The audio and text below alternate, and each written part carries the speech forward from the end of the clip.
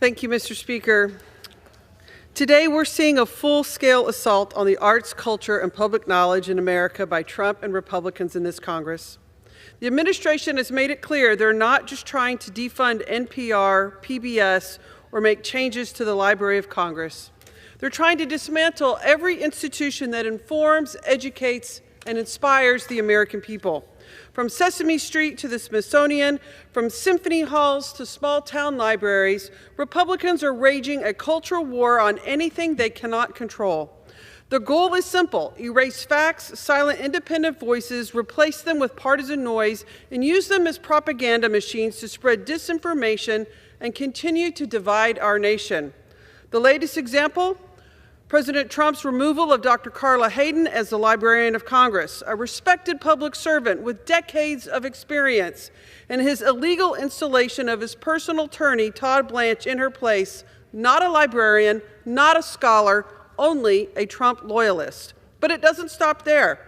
Republicans have repeatedly pushed to zero out funding for NPR, a lifeline for rural news and local journalism. They've attacked PBS, which brings educational programming to children who don't have access to cable or broadband. For decades, America's children have learned from Big Bird and Elmo. These aren't just TV characters. They have become part of the joys of growing up in this country. And Republicans want to deny our kids the joy and the opportunity to learn for generations in the future. These cornerstones of our civic life belong to the public. Arts and culture should not be partisan. They're how we tell our stories. They're how we learn, how we connect across communities, across cultures, across language. And they are worth defending. Congress must protect these institutions. We must safeguard NPR, PBS, and the Library of Congress from being turned into propaganda tools. We must make clear that knowledge, truth, and creativity are not the enemies of democracy, but instead they are its very foundation. Mr. Speaker, Republicans in this House are proposing a budget that includes devastating cuts to Medicaid, cuts they know will negatively impact their constituents just like they would mine in North Texas.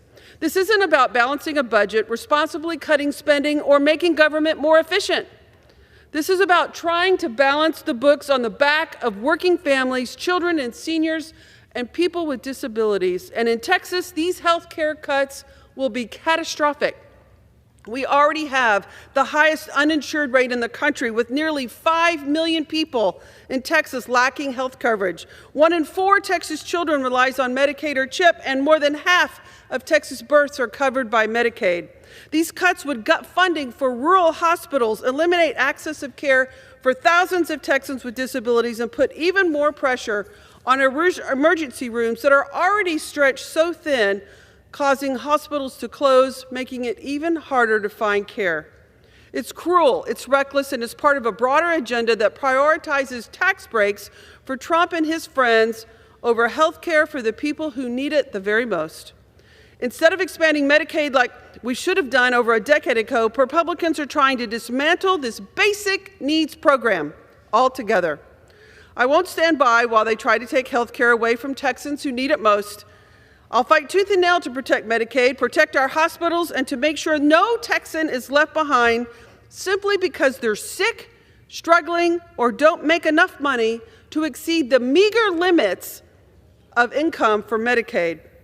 Republicans should be working with us to build a stronger, more equitable health system instead of destroying it one lifetime by millions of Texans rely on.